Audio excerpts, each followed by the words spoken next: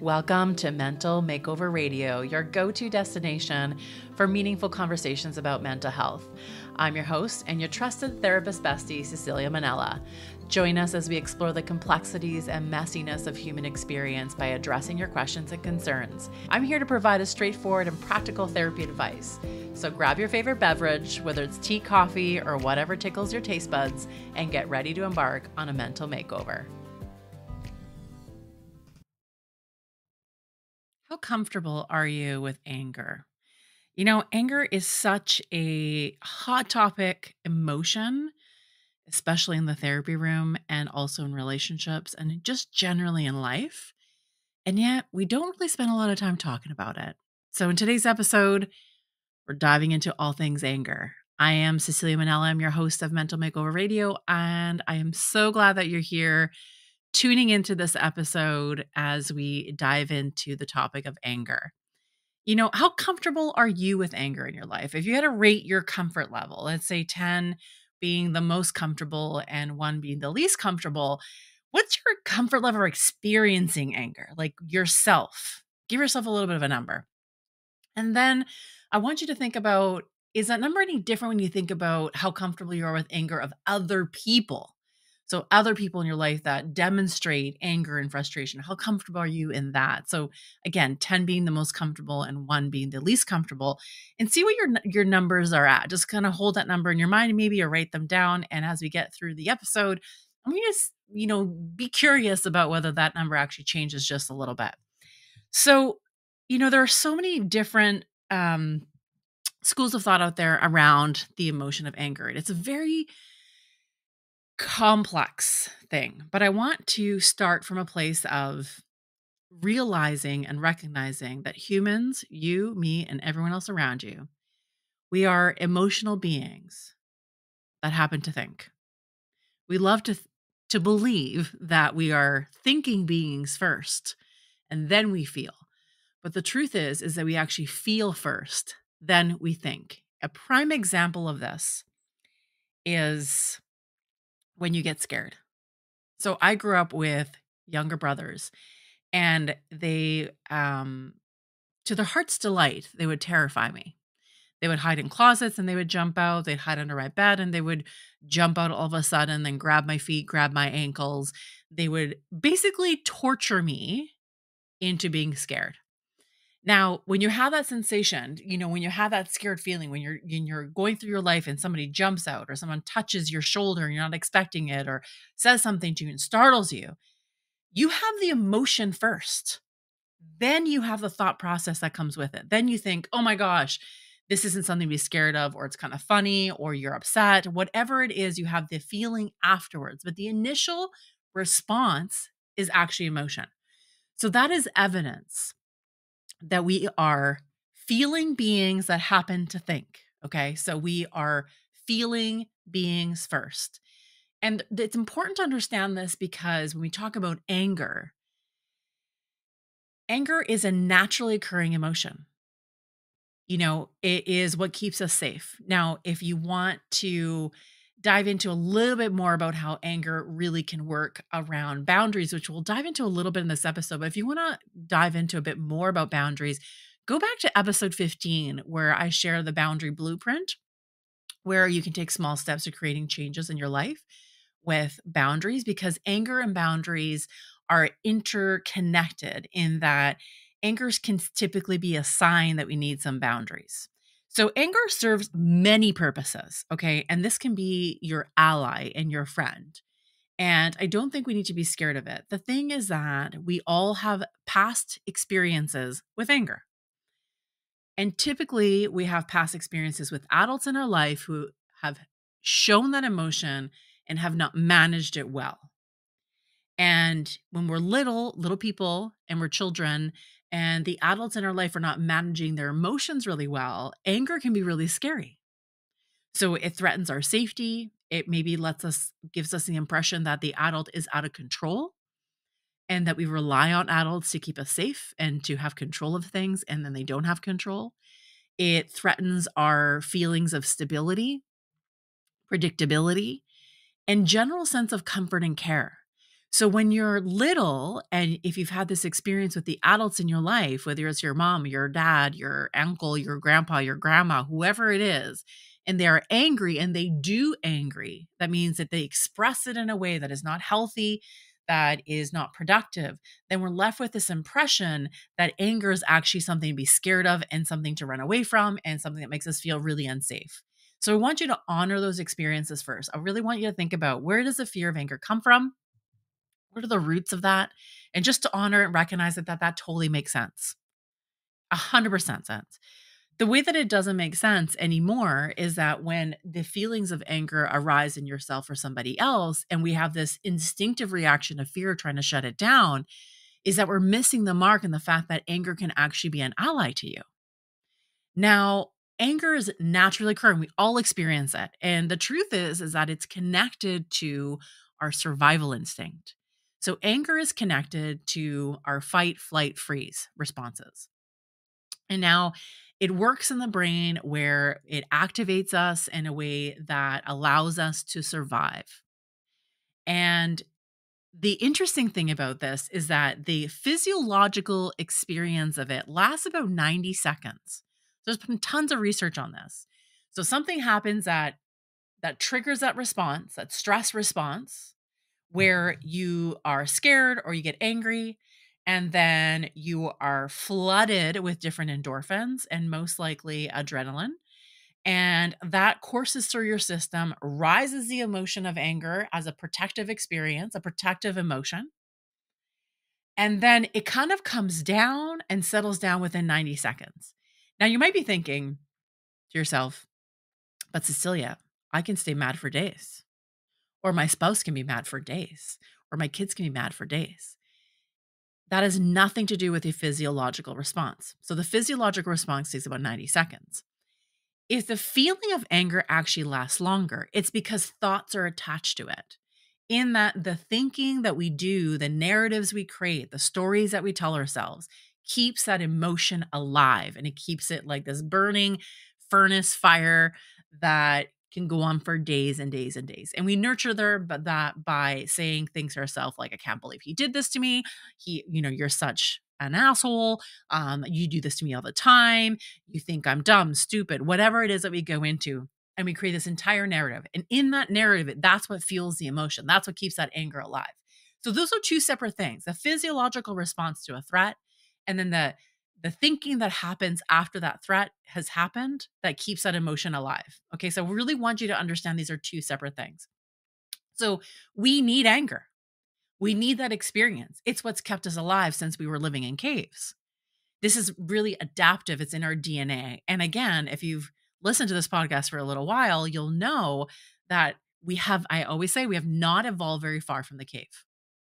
So the world around us has evolved exponentially, but our makeup, our responses, that, physiologically, we're really not that different than we were when we lived in caves.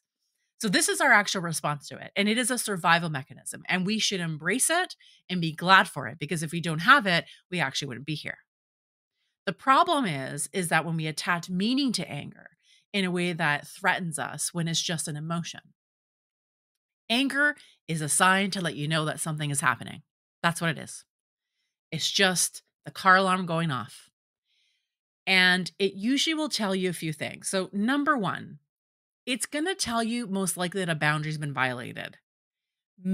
I would say at least 90% of the time, when anger shows up for you, it's because something has happened that has crossed the line somewhere, whether that's a physical boundary, an emotional boundary, a financial boundary, a sexual boundary, a spiritual boundary, whatever it is, whatever category that fits into.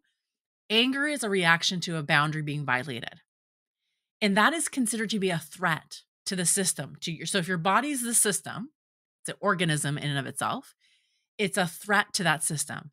And in reaction to that threat, we have this feeling of anger. So it is a warning sign. It's the bells going off saying, pay attention. So if we're so busy trying to avoid anger because we don't like it, we feel uncontrollable with it, we're not really sure what to do with it, and we stuff it down as much as possible, what we're doing is we're not paying attention to the boundary that's been violated. So in that, we become people pleasing and way too accommodating. And we don't voice our needs, our wants, and desires. So anger number one lets you know that a boundary has been violated. And it's really important to tune into that. So if anger is showing up in your life and you're so used to just stuffing it down or pretending it's not there or being scared of it, I want you to journal a little bit in the sense of just track when it shows up and pay attention to what's going on. What is happening? Who's there? Who's around? What was said? What wasn't said? What are the activities that are happening? Look at the context. Pay attention to what's going happening around. Instead of focusing so much on being scared of the actual feeling itself, pay attention to the context in which the feeling is arising. It's really important. Two, if anger is a naturally occurring emotion, then it's there for a reason. And it is giving you an indication that you need to pay attention. We spend so much time of our lives on technology, on devices, scrolling, watching TV, playing video games. We're not really present in our life. So we are kind of tuned out. But the interesting thing about emotions is that they are not necessarily as tuned out as our mind can get. So, last episode, I talked a lot about tuning out when it comes to stress. And this is really interconnected and related to each other because anger is like cold water that's thrown on you and it tells you to pay attention to something because something is actually happening in that moment. So, the second way that you can see anger is that it's actually attuning you to the present. It's pulling you into the moment in a very quick jolt kind of way because something is actually happening and it wants you to pay attention. So I want you to see anger as a bit of an ally, that it is telling you that a boundary is potentially being violated and it's asking you to be attuned to the present moment and to stop disengaging, stop being distracted, stop scrolling or whatever it is that's happening, and to be present in the moment. It maybe sound counterintuitive because we are scared of anger, right? We think that anger is this really big emotion that's uncontrollable. And so we avoid it at all costs. And we don't want to see it as a warning sign to pay attention, to be present, because we don't want to be present in the moment when it comes to anger because we're scared of the emotion. I understand that this might feel like a bit of a double bind, that you don't want to use anger as a way to be present. But trust me that it can give you a lot of information about what's happening in the present moment. Now, anger, the third thing to think about is that anger can be a secondary emotion. Now, what does that mean? It means that it may not be the original emotion that's bubbling up. So, for instance, if I think about, my brothers when I was young and I would get really angry when they jumped out and scared me, it wasn't that I was super angry. The initial experience was fear and feeling terrorized and kind of bullied by my younger brothers. So that was the initial feeling. And the second feeling was anger because it immobilized me. Anger is a mobilizing emotion. It's really hard to be still and be angry. Often anger moves people in one way or the other. It's a really powerful motivator. So fear is hard to feel. It's scary. Terror, hopelessness, helplessness. There's these emotions that are really difficult. Grief, you know, isolation, loneliness. These emotions feel heavy. They feel almost like you're trying to walk in like really dense mud and you're not really making a lot of progress. Some of these feelings can be really hard to navigate and to feel, but anger can be very mobilizing. It's no different when, a kid runs out in the street and you hear parents screaming their face off, being super angry. They're not necessarily angry, they're scared. And, you know, anger will mobilize that parent to jump out onto the street and to grab their child and to do kind of these superhuman things as a parent. But the truth is that anger is a mobilizing emotion. And often anger can feel safer.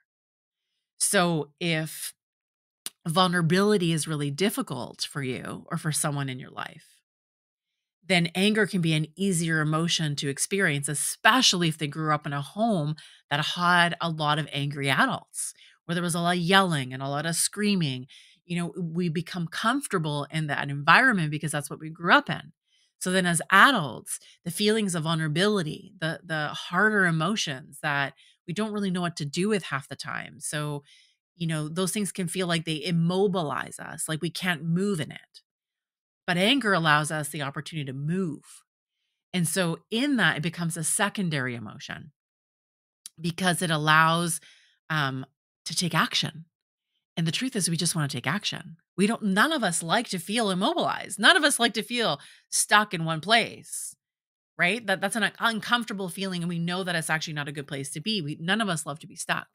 So what we do instead is that we default to anger because it gives us energy and it gives us, movement forward, and we come up with ideas and we feel active instead of inactive. So it can act as this tool to move you in a certain way. And again, I know it can be scary to think about embracing anger because we're talking about remembering what it was like for adults in a life to have anger that wasn't necessarily channeled in the appropriate way. But it can be channeled in a way that's really powerful.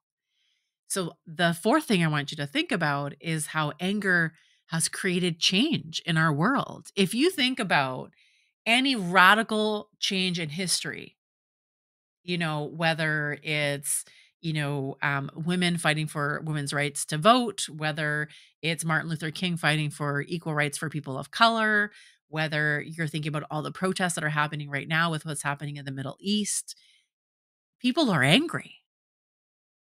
And anger mobilizes us to create change.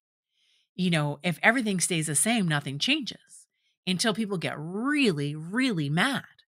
And in that anger, in that frustration, in that injustice, that sense of injustice, when we think about things that are unjust, we get really worked up about it. Well, at least I do, at least. I hope you do. And there's something that's going to fire you up. There's going to be a soapbox that you want to get on, that you have one. I have one, if not 20. But you've got at least one soapbox. And in that passion, in that conversation where you talk about things that matter to you, there is a trace of anger in that. Because injustice makes us angry, makes us frustrated. Because again, it goes back to it being a boundary violation, whether it's a personal boundary violation or a cultural or community or a family, something is getting us worked up. So anger can be a source of dramatic social change. Everything that's happened in the history of mankind, any major social change that's happened has usually come from a place of anger. All the protests are a place of anger.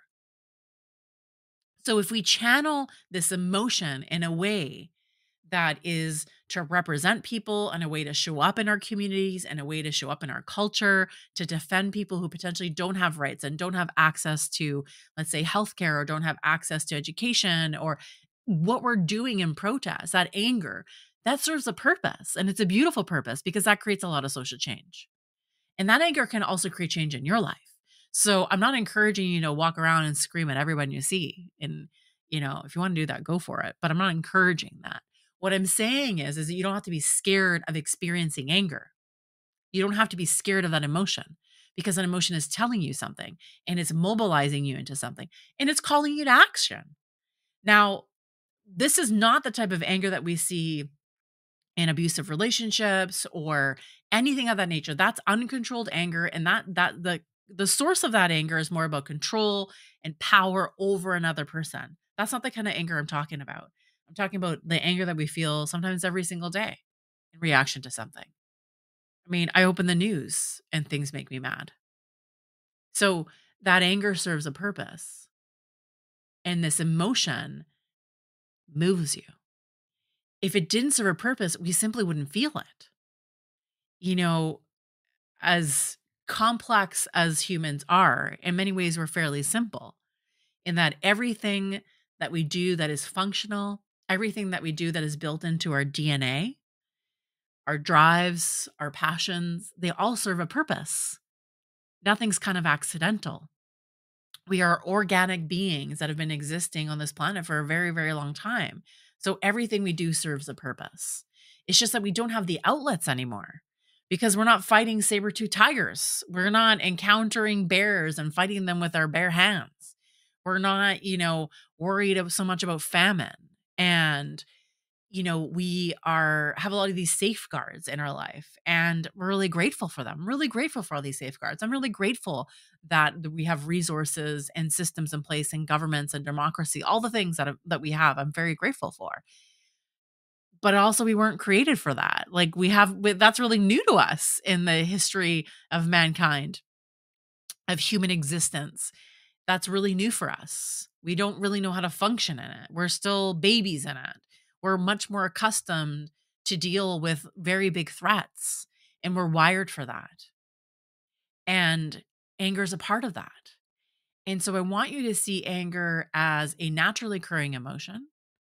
I want you to see anger as something that is just experienced in your body and it's bringing attention to something. And that you can use it as an ally. And you can rewrite the script of what you've learned about anger. So if you've grown up in a household where parents are angry, and the script has been anger is dangerous, anger is uncontrollable, it's unstable, it's unpredictable, I don't really know, it makes someone really emotional. Um, I want you to rewrite that script and really think about anger serving a purpose in your life. And that it's not your job to manage someone else's emotion. It's your job to manage your emotion, and it's their job to manage their emotion. So when someone is angry and it appears that they're not managing their emotion, that's the time for you to set a boundary. That is the moment for you to set an internal boundary, which means that you decide you walk away, or it changes that relationship, or you decide to put yourself in a safe place. Internal boundaries or external boundaries, where you tell somebody that they need to move back a little bit, or they need to bring their volume down just a little bit, or point out that they're actually really angry and it's making you really uncomfortable. And that's what you can do with anger, is react in a way to set boundaries. So I want you to see anger as this magical emotion, and it ebbs and flows, and remind yourself the physical process of anger takes about 90 seconds. 90 seconds. That's a minute and a half. That's nothing. If it lasts longer than that, is the only reason it does is because there's a thought process that's attached to that circumstance, that context, not the emotion, but the context of what created that emotion to begin with, that keeps that anger alive, how we feed it. And listen, I'm right there with you. I can feed anger like no one's business. I can create magical thinking narratives of like awful things that potentially going to happen, or someone's going to do to me, or how bad things might potentially get. And I can feed that anger as much as I possibly can. I am like you. I'm no different. We all have the power to challenge that script, to challenge that narrative, and to change a relationship with anger, because anger can be your ally. And in order to have an ally relationship, you need to change that relationship with that emotion. And that's what you have control over. You cannot change the fact that you feel angry. Again, that's a natural response to a threat. So if that emotion is a natural response to a threat, then unless you are some magical person that can manage all the threats in your life, which by the way is what people pleasing is all about, is attempting to control all the circumstances in your life to avoid the feeling of anger, then embrace the anger. You want to move out of people pleasing? Allow yourself to embrace anger as an ally in your life instead of seeing it as an enemy. And trust me that this can be so transformational and shift not only how you feel about that emotion of anger and your response to anger, but the level of stress in your life. It's really, really difficult and exhausting to be constantly on guard, constantly managing that emotion, stuffing it away, trying to put it in a box and put a bow on it, make it look pretty, and lock it up. That takes a lot of work. It's less work to see it as an ally and to build an allyship relationship with it, and ask it. What is it telling you? Ask anger. Why are you here? What are you trying to tell me? What am I not paying attention to? What is the context of the situation? What do I need to do to feel safe, to feel settled, to feel secure? So question anger just a little bit, because it has a lot of information for you. And all you have to do is open that door and ask it some questions. So those are 4 ways in which anger shows up in your life that can be an allyship to you. I hope you enjoyed this episode, and I hope you found it helpful. If you found it helpful, we'd love it for you to rate and review the podcast, follow the podcast. All these little tiny things that take less than 15 seconds out of your life make a tremendous amount of difference in the podcast, and it helps it grow, and it just really helps it expand in different ways that are very exciting. So I really, really appreciate you tuning in and being part of the Mental Makeover community. It's been a slow growing process, but it has been just a joy to see my passion project grow a little bit. And I'm so grateful that you're a part of this project and part of this process and this community. If you have a question you would like me to answer, you can submit your question to the link that's in the show notes, and I will feature your question on the podcast. And I hope you have a fantastic week of maybe tuning into some anger and asking it what it has to tell you. Till next time, be bold, be brave, be well.